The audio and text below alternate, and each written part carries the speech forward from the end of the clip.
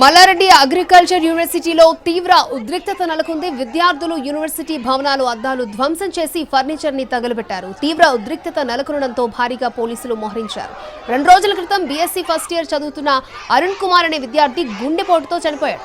కనీస ప్రాథమిక చికిత్సా సౌకర్యాలు లేకపోవడం, అంబులెన్స్ సకాలంలో రాకపోవడంతోనే అరుణ్ చనిపోయాడని విద్యార్థులు ఆగ్రహం వ్యక్తం చేస్తున్నారు. అంబులెన్స్ 20 నిమిషాలు ఆలస్యంగా వచ్చిందని వారు అంటున్నారు. అరుణ్ కుమార్ కుటుంబానికి న్యాయం చేయాలంటూ ఆందోళనలు నిర్వహిస్తున్నారు.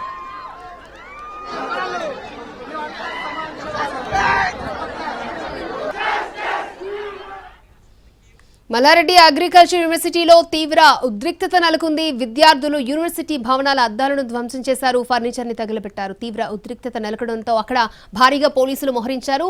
రైట్, ఇదే అంశానికి సంబంధించి మరిన్ని అప్డేట్స్ మా crime input editor Ramesh Vaitla అందిస్తారు. రమేష్ వైట్ల, మల్లారెడ్డి అగ్రికల్చర్ యూనివర్సిటీలో తీవ్ర ఉద్రిక్తత నెలకొంది. అయితే 2 రోజుల క్రితం అరుణ్ అనే మొదటి సంవత్సరం చదువుతున్న విద్యార్థి హాస్టల్లోనే కుప్పకూలు పడిపోవడం జరిగింది. ఆ తర్వాత అంబులెన్స్ కోసం దాదాపు విద్యార్థులు అరగంట పాటు ప్రయత్నం చేసినప్పటికీ అంబులెన్స్ రాలేదు. తర్వాత హాస్పిటల్ తీసుకువెళ్లేసరికి అప్పటికే చనిపోయినట్టు నిర్ధారించారు. అయితే అంబులెన్స్ లేకపోవడంతో పాటుగా సరైన వైద్య సదుపాయాలు అటు కాలేజీలో లేవని చెప్పి కూడా ప్రధాన ఆరోపణలు చేస్తూ అటు విద్యార్థులు పెద్ద ఎత్తున విద్యార్థి సంఘాలతో పాటు కాలేజీలో చదువుతున్న విద్యార్థులు పెద్ద ఎత్తున ఒక్కసారిగా కాలేజీ బయటకు వచ్చి మొత్తం ఆందోళన దిగడం జరిగింది.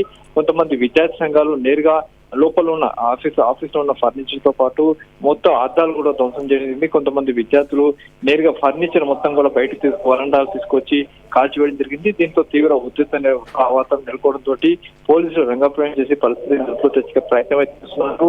ప్రస్తుతానికైతే యూనివర్సిటీ మొత్తంలో కూడా ఒక ఆందోళన చేస్తున్నారు. తీవ్ర ఉద్రిక్త వాతావరణం ఒక టెన్షన్ తోటి ఉన్నారు. అయితే మొత్తం విద్యార్థులు ప్రధానంగా ఒకటే ఆరోపణ చేస్తున్నారు.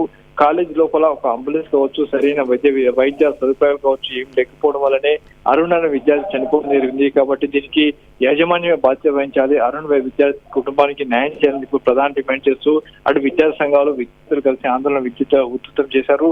మొత్తంగా కాలేజీ లోపల ఫర్నిచర్ తగలబెట్టడం కావచ్చు, ఫర్నిచర్ ధ్వంసం చేయడం కావచ్చు, మొత్తంగా ధ్వంసం చేయడం మొత్తంగా జరిగింది. దీన్ని కంట్రోల్ చేసేందుకు అధికారులు ప్రయత్నం